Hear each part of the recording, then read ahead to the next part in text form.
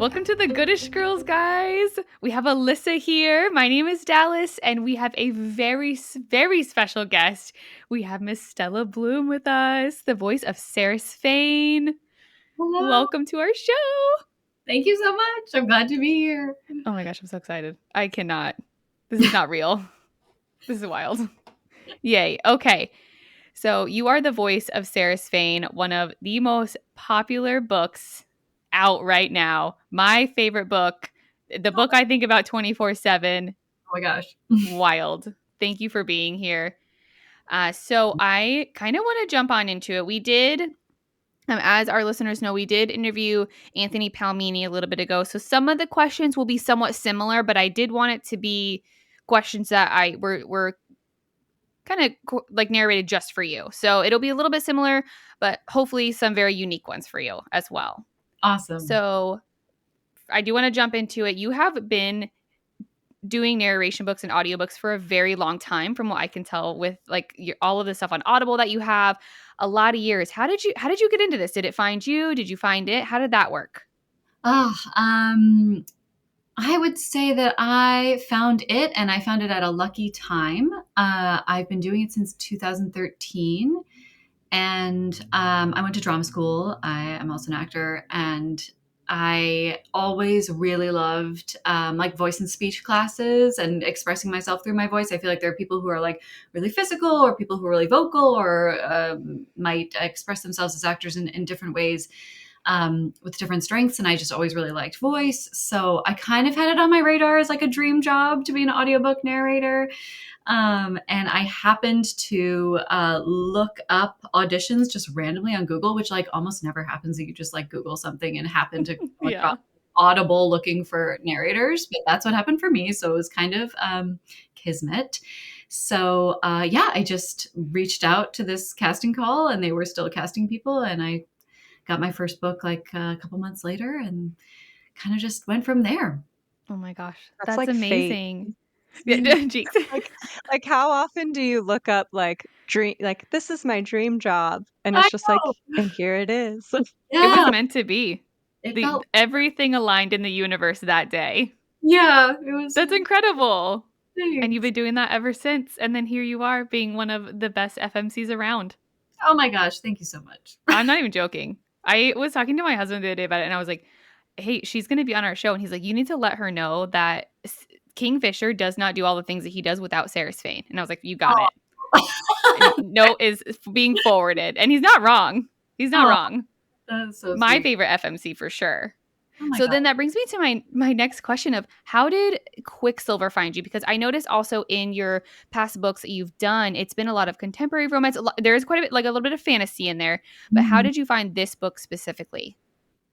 Yeah, so Podium, who are the producers, just reached out to me and asked. I don't remember if it was like, "What do you want to be submitted?" or if it was like they just offered it.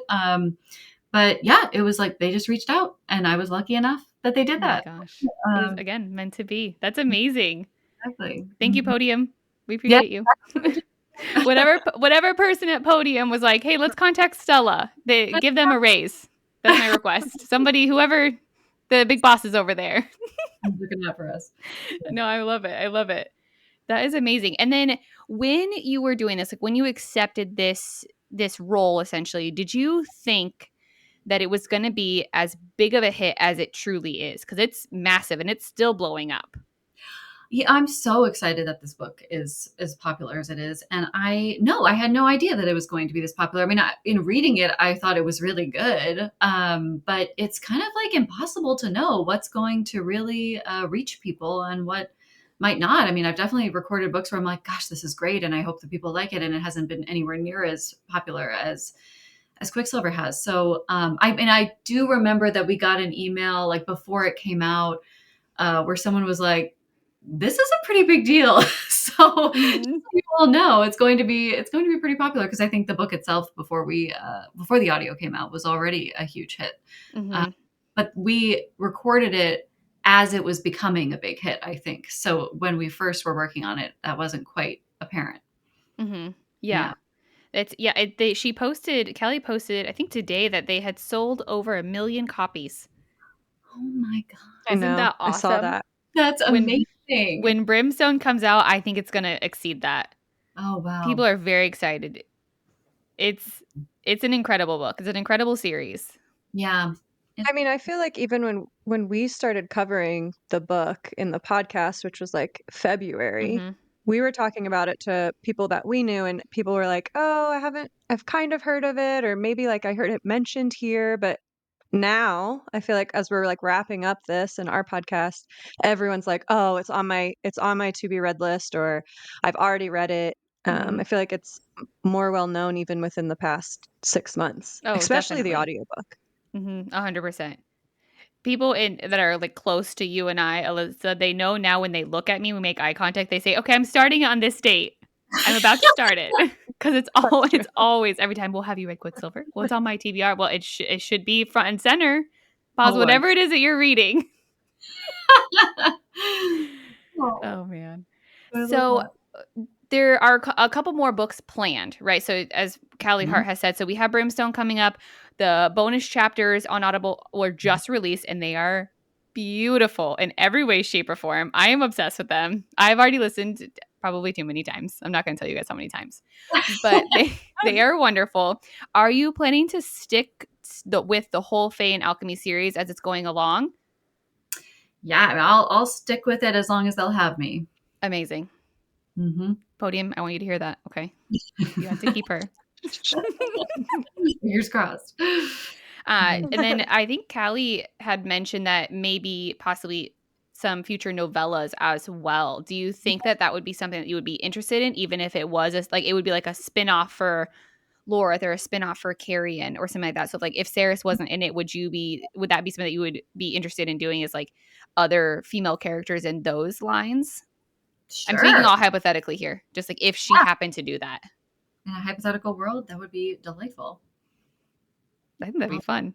Yeah, anything Quicksilver. Yeah, right? Mhm. Exactly. Yeah. I love that. So, and then another question has is you have done, from what I've seen, mostly romance, contemporary romance, like fantasy romance, romantasy. Is there any other genres outside of that that you are interested in doing, or that you've thought about doing, or that you've done in the past that I maybe have missed? What are your Hmm. thoughts on that? And I'm not judging at all, because all we cover is fantasy stuff here. I'm very limited in what I'm willing to read. So Oh, okay. Yeah, well, I have done mostly what you've just described. And that's, I think, my niche. That's really what I'm focusing on these mhm. days. I enjoy it. And um yeah, I would say that's pretty much the long and short of it. However, I do love romantasy, which I think is getting more and more popular. Like, as you said, I have Mhm. a lot of contemporary romance, which I also really enjoy um, recording. And it's been so interesting to me doing this for, like, I guess 15 years now, and just seeing like the different worlds that become popular in like the huge umbrella that is romance in general. Like, I think I do a ton of hockey romance these days. Oh, that's very Um, big right now. yeah. And there was a while there where I was doing like some sort of like military rescue romance. I don't do as much of that anymore, Okay. Yeah. but yeah, I'm loving the romantasy stuff. I think They're it so is, fun. they're so fun. I love the world building. Mhm. It's really just get lost in it, you know? And I think a little escapism right now is is really, really Oh, choice. absolutely. Yeah. There's nothing more that I love than like opening a book and jumping in and just being Yes. like, I'm gone. I'm gonna go away for a couple hours. Like, I'll catch you later. Yeah, definitely. Is Mhm. there any books that you are dreaming about narrating that maybe don't have like an audio version yet, that are kind of in your dream house? I don't think I have any like titles. It's tough because you often get cast when the book is about to come out. So like, Mhm. except for, I mean, with this, this is an exception. It depends on how something's published, but yeah, I wouldn't say that there's anything like, oh, I really wish I could do that. I've read it and I loved it. Yeah. But I I really am drawn to like old timey things, and I love like a Regency romance. And I think I've always been like, someone cast me in that. Oh, that'd be So, cute. You would do yeah. so you would sound so good in that. Well, thank you. Well, when Appreciate it's out, let us know and I will it. listen to it. Okay. It will be my one like strife away from Fantasyland. Yeah, we'll Amazing. cover it on the pod. We Thank can cover it on the pod. That's right. Yes. Yeah, Yes, we for can cover sure. it on the pod and we'll have you come back on and we'll talk about it all once more. you. Fantastic. I love it. Manifesting it. Yes. So kind of rounding about to that, you have again recorded a ton of audiobooks for our Mhm. Quicksilver fans, our diehard Saeris Fane girlies. What is Mhm. one audiobook that you have recorded that you would recommend for them to listen to? For those who like love your voice, love the voice of Saeris Fane, love how you brought these characters to life. If you could pull one book from the archives. I would say maybe the Bewitched series by Laura Thalonsky. Ooh, okay. Mm-hmm. Yeah. Yes. And Like that's a multiple book. I have not read that yet. It's a multiple book series, correct? multiple books. Yeah. Okay. And And it is, they're all on Audible, yes? yes, they are. Mm-hmm. All right, guys, you heard her. The Bewitched series on Audible. Go listen to them. That is from the Queen of Saeris Fane herself. Queen of Service. Yes. So I want to talk a little bit about the spicy scenes. Sure. You again, I mean, you've been doing this a long time. It's probably like just second nature to you now. Was that easy to get into? Was it hard to get into? How does that work? How do you get in the zone with that? Do you have to like listen to music? Do you have to do some sort of routine? Like do you have to listen to something fun? How do you do that? You make it Yeah. sound so natural and easy. Oh, thanks. Well, I would say that it really is easy when you have material like Callie Hart's material. I mean, like the words, I just like let the story take me there, honestly. I don't do a big prep. I just kind of get into the zone through reading the book and reading the words in the moment. And yeah, I mean, I like I said, I come from an acting background and I love text work. And I think Mhm. like she's such a good writer that it's honestly, it is easy Yeah. to just go there. Yeah. So do you so you're reading you have the book in front of you, you're reading it and you're Mhm. recording your lines. Are you also listening to the Kingfisher side of it so that way it's in line with each other or is it are you just do you highlight your words or how do you do that? What's your method? I, it's wild to me, but I do not listen to Kingfisher as I'm going. And I'm like, I hope this works. Like, I hope we're on the same page. We literally are on the same page. But like, um, I'm kind of amazed when it comes together. And I mean, again, like, I think this is a testament to the writing, which is that, like, it does kind of, I think, suggest to whoever's reading it and paying attention what's happening. And so, yeah, I don't actually listen to what he's saying, but I do take time to like read what the lines are and then respond, imagining how he might sound. Oh, okay. Okay. Wow, Hmm. that's incredible. I love that. Yeah. So, and the story itself is from Sarah Svane's perspective. So, how much harder is it to not only record all of the female characters, right? Record these big spicy scenes, but then also narrate the entire book as well. How much more like work is that an effort is that compared to just saying just the female character lines? Or is it any different at all? It takes longer, but in some ways I find it easier because I'm like telling the whole story. So when I have a line of dialogue, I'm not like, okay, where am I? What's happening? I don't have to keep checking in with kind of like where I'm at in the story. I'm Mhm. just going right with it as I would normally with a book that I record. So yeah, I actually don't find it to be difficult. It just takes longer. Yeah. And do you do one chapter at a time or do you usually like pick a couple chapters? I go in order and I generally try to record like 4 to 6 finished hours a day. So I'll be in the, Wow. no, sorry, that's wrong. I record for like 4 to 6 hours at a time and that'll be finished 2 to 3 hours. but I'll be in the booth for 4 to 6 hours. Yeah. Oh, and that includes like starting, stopping, that Mhm. kind of stuff, like backtracking. Yes, stopping for Oh, okay. lunch, like, yeah, going back and Yeah. forth. Mhm. And then you go on vocal rest. I don't have to rest that much these days. Okay, here's another weird question that I didn't put on the thing. Yeah. Is that, do you dress to record, or are you like in your, not in your jammies, but I guess in your in your jammies? I do not record in my jammies, but I would say that I definitely wear soft clothes. Okay, yeah, to be like comfortable. Yes, and I will also say a little detail about recording in the summer is that I have to turn off my AC because of the fan noise that comes with it. So there are days where I'm just like in the booth, like Oh no. dripping with sweat. Oh Uh, my gosh. quite a thing. But Ooh. yeah, the things we do to get through.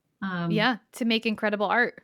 Yeah, I think I know people who like record with ice cubes, and they're just like, you know, Yeah, just bring like a little ice pack. So I guess if it makes any yes. noise at all, right? Like Oh it yeah, picks up everything. it really does. You can barely move without it picking it up. But yeah, so And you are probably like using a tablet or something instead of like a physical book because of the pages like turning. Is that using a tablet. Yep. Mm-hmm. wild? I never would have thought about any of that kind of stuff. Mm-hmm. Just the glamorous life. So, a Quicksilver question for you. So, obviously, we know that you voice Sarah, you voice all the female characters there. Mhm. Who was your favorite character to voice besides Saeris? You know, this is embarrassing because I'm forgetting the name of the evil queen. Oh, Madra. Madra. That's right. That's okay. I got you. Yeah, thank you so much. I knew you would know.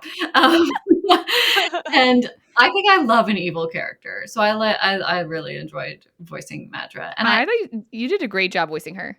thank you. Thanks so much. Yeah.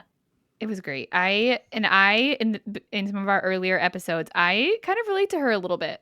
I'm like, she didn't make the best decisions, but I kind of get it. Just a little bit. I don't What? know if you remember that, Alyssa, like way back. Yes, Dallas. This is like your trope. Like I any character that's not the main character Oh, that has like a little bit of a like a villainous touch to them, like a Nesta, like a Danya. That's Dallas's thing. Oh my god, I feel I feel so exposed. I love that Well, that's though. okay though. It's Somebody has to true. stand up for them. I do. I'm like I mean I get it. I mean Madra is not a nice lady, but at the same time, if I just try to put my feet in the evil queen's shoes, right? I was like, if I was her, I would probably do the same thing. Yeah, and also, spend so much time being nice that it's like Hmm. really liberating to imagine yourself in I don't know, I'm projecting this, Yeah, but I find those characters to be fun because they're just like just doing it, like yeah. they're They're just doing whatever Yeah. they want, whenever they want. yes, yes. Mm-hmm. Yeah, I get They're it. they're Mm-hmm. written that way for a reason, right? Like there has to be a Yes. little bit of you have to be able to relate a little bit. Hmm. Mm-hmm. So Yes, 100%. 100%.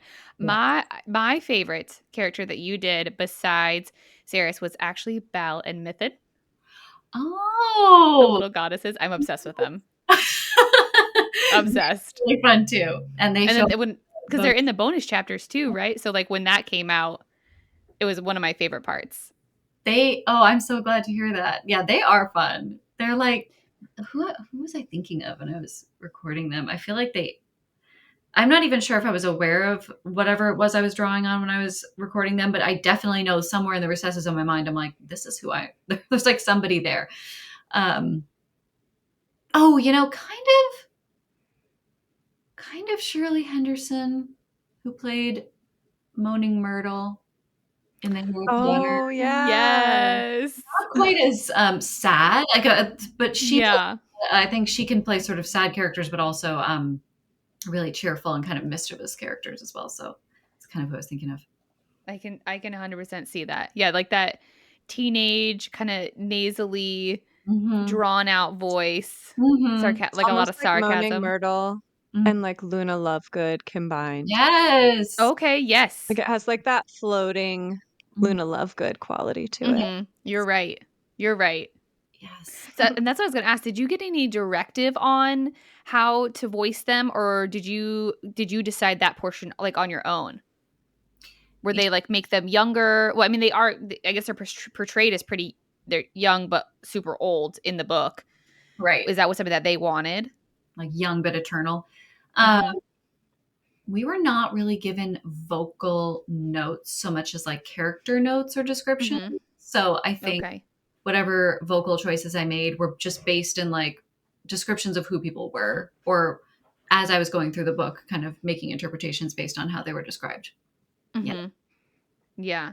Mhm. I really didn't think about it when right before I was listening to it, but when I finally got to hear Morel's voice in the bonus chapters for the first time, Mm-hmm. I chef's kiss. Ah, thanks. Loved them. And I wasn't expecting it either because I was like, oh, I've read these 100 times. Like I know these bonus, like I was quoting them as I was listening to them, right? And then Right. I heard it and I was like, oh my gosh, there she is for the first time. I'm hearing it. I don't did you get the same reaction, Alyssa? Was that just a me thing? It might have just been a I me mean, thing. I mean, I would agree, like, some of those characters, right, we've read but hadn't heard, whereas Mm-hmm. everybody else we've heard. Mhm. Um, but the bonus chapters are your, as you call, Roman Empire Dallas, so Yes, they are. I I probably wasn't, like, dropping to the floor like you were, but it was exciting to get a voice for those characters when we've had a voice for everybody else. Yeah, Mm. that's true. Yeah, Omnom Like, Shakrai. co Mm. kinda, like, completes the world as far as we know it so far. That's true. That's a good way to put it. Yeah, Mm. it's like it Yeah. was like a missing puzzle piece that we needed. Ah. Yeah, really cool. Oh, amazing. I need to listen to them again. So, how did you get the voice for Saeris Fane? And I ask this because I do feel like a lot of FMCs sound very not identical but very similar, but I think that Saeris Fane herself as the character is a very different type of FMC. She's very capable, she's very strong, she's been through a lot, she takes care of a lot of things. Mhm. And so what did you kind of relate her to when you were designing her voice or bringing her character and her voice to life? Mm. Yeah, I mean, as you said, she's so capable. She's been through so much dark stuff. Mhm.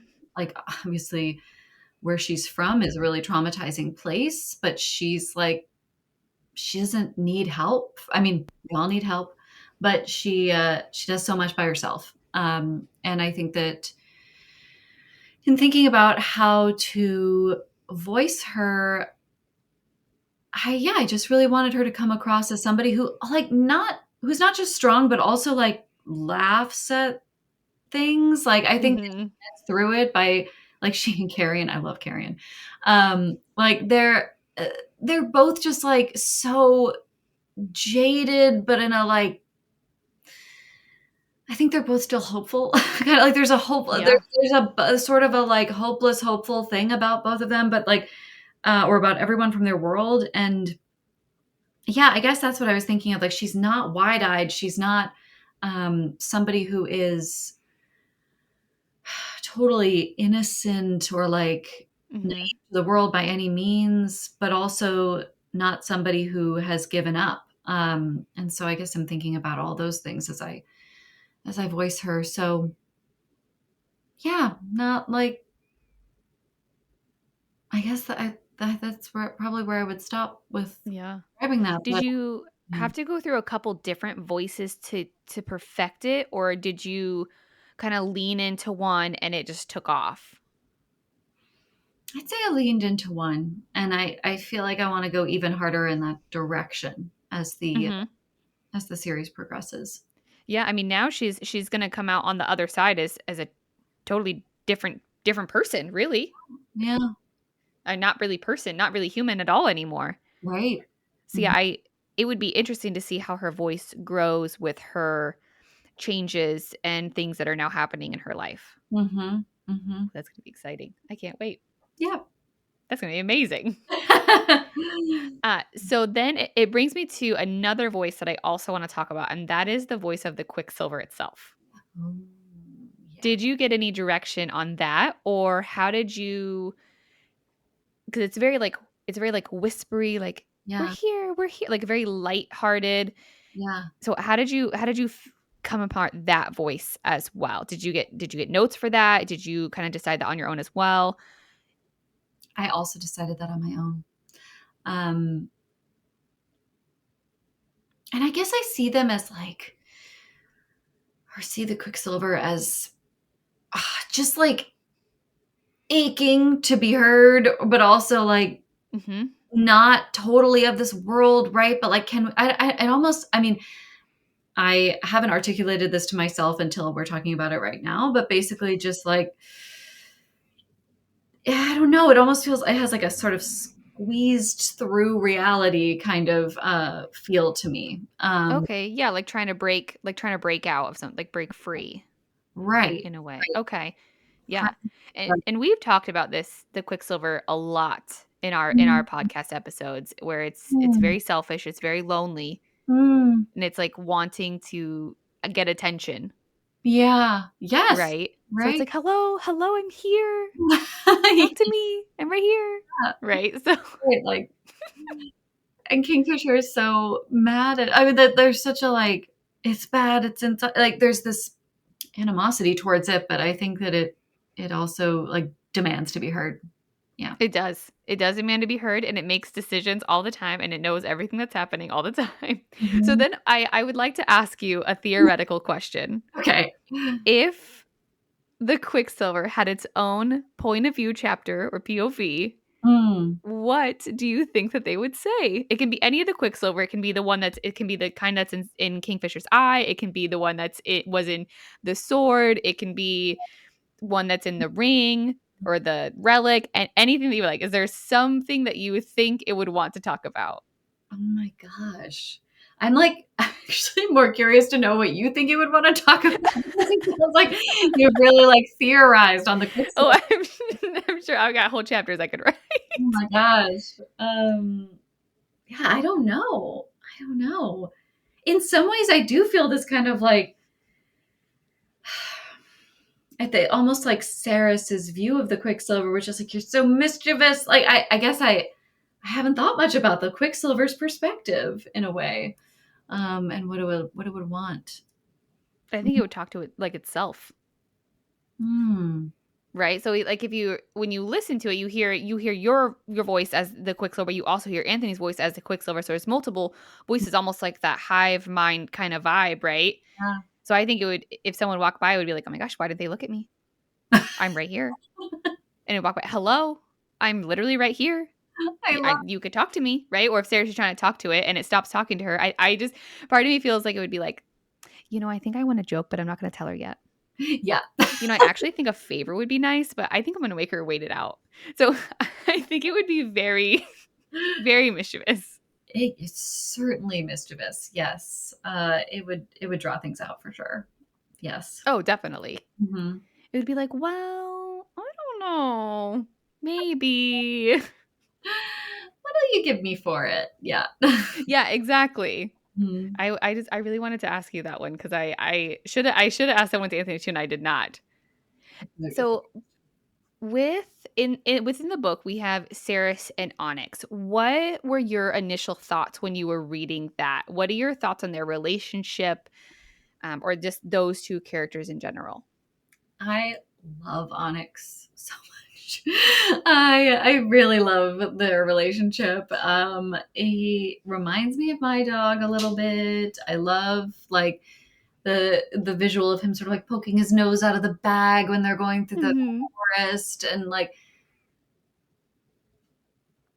that they also find each other rather serendipitously. And yeah, I think he's like looking out for her and they're looking out for each other, and it's such a tender connection and also very funny and sweet. So, Yeah, I agree. fan of Onyx. Do you think the fox is more than just a fox? Mm.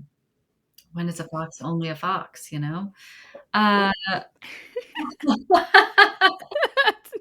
That's a great answer. um, I could definitely see a world in which he's not just a fox. Agreed. Mm-hmm. Mm-hmm. Agreed. So then, speaking of like things maybe in the future, there are some theories, and there's some theories that Alyssa and I have talked about as well on like previous episodes, that the full witches in the Balclitter clan will come back into book 2.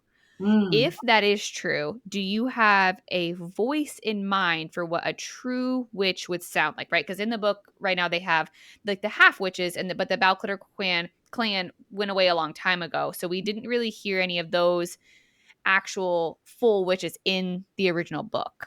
Mm. I don't know. I have not thought about that yet.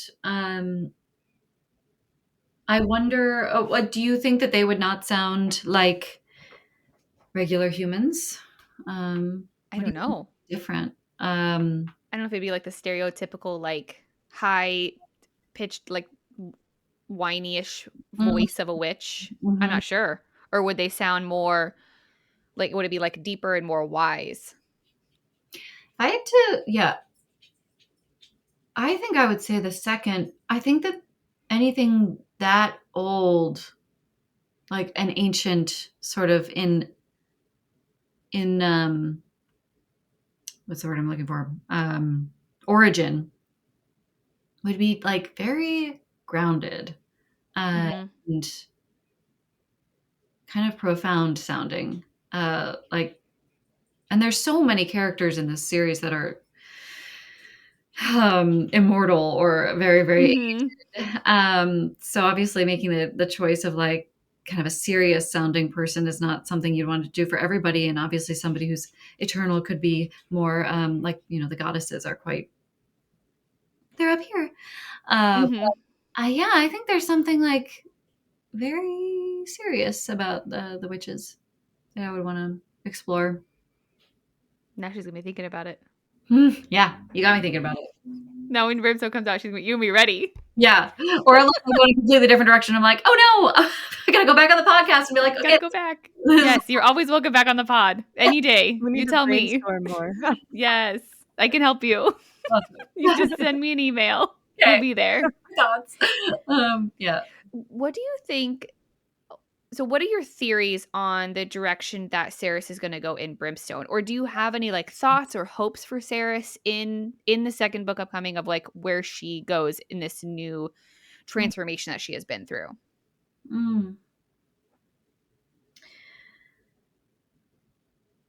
I would imagine there's going to be a lot of reckoning with this like new part of her, and like this, like the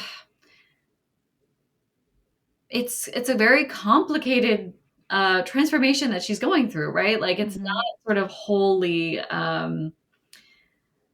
good, to put it very simply. Right. And I think that, yeah, there's going to be like a lot of reckoning and maybe like exploration of self, but also like hopefully being able to step into new identity and power and like embrace that. And Mm-hmm. um, I'm also just like so interested in how people reckon with the idea of suddenly being immortal. Like, I mean, Kingfisher is what, like 1,000 years old? Mm-hmm. Over 1,000. Over 1,000 years old, and she's like 20 something. Yeah. You know? She's was 20. She was 24 because Hayden was 20. Okay. So probably my assumption would be 24 or 25 in the next book, right? I don't know when the timeline will, I don't know when it will start, right? My guess would be immediately afterwards, but I'm not sure. Yeah. So she's brand new. And yeah, so what does it mean to like contend with all of a sudden a totally different lifespan and like having new powers that are complicated in their sort of Right. moral uh sphere. So Mm-hmm. yeah, Yeah. Well, and freshly accepting the mate bond as well, right? yeah, Because she accepted but hasn't really had it accepted for that long. So that's like a whole new feeling as well. yeah, that'll be fun to explore. Poor girl has a lot coming. Yeah, it's a She big, has a lot that she's gonna go through. oh, luckily that makes for good storytelling. Oh, it sure will. 100%. Yes. So then that brings me to my one of the questions that we've been waiting for. Would you be willing to give us a line in the Saeris voice? Sure. Yeah. Fuck the fates. They don't get to decide shit for me. I decide what my future is going to be. My soul was on fire, and I didn't care if I burned for all eternity. So long as I was burning with him, then so be it. I'm fangirling so hard right now. Wow. Okay, I'm glad Oh that my lived up. gosh. I'm trying to be fangirl professionally. Dallas, fangirl professionally. It's fine. Oh Everything's my god, fine. on here. I'm like, you got Kingfisher Oh my delivering gosh. No, that lines? was amazing. Goosebumps. On my arms. Woo. Yeah, for sure. Okay, great. Yay. Wow. Saeris is just as amazing as Kingfisher. Like, I mean, I love my Kingfisher. 100%. I think Anthony Palmini does an amazing job. And I know that his like that voice is very viral and out there, but Saeris Fane is truly one of my favorite FMCs. And she would not be Oh, that without you. So thank you thank so you. No, much. thank you so much. Thank you for bringing her character to life. Thank you for being on our podcast today. Thank you for giving us that amazing line. Woo. That was fabulous. It's really my pleasure. It's been so fun to talk about this book. And I'm, just really glad that you feel like I did her justice because I think she's really fantastic too. Yes, you did. And we every time we talk to somebody or really anybody about the book and about Quicksilver, it's well, you can read it, but you really should just listen to it. So there's not one character in there I would change in any way, shape, or form Oh, at all in any way. So that was amazing.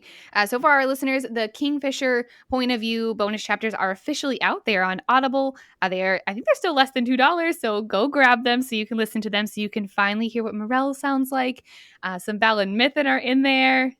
We got beautiful Danya, pre Saeris, so people like her in that one. It's okay.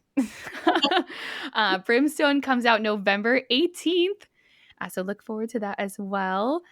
My name is Dallas. I'm Alissa. And Stella, do you want to sign off and say anything fun? yeah. Thank you so much for having me. I'm Stella Bloom. Thanks for listening. And I'm excited for you all to hear Brimstone when it comes out in November.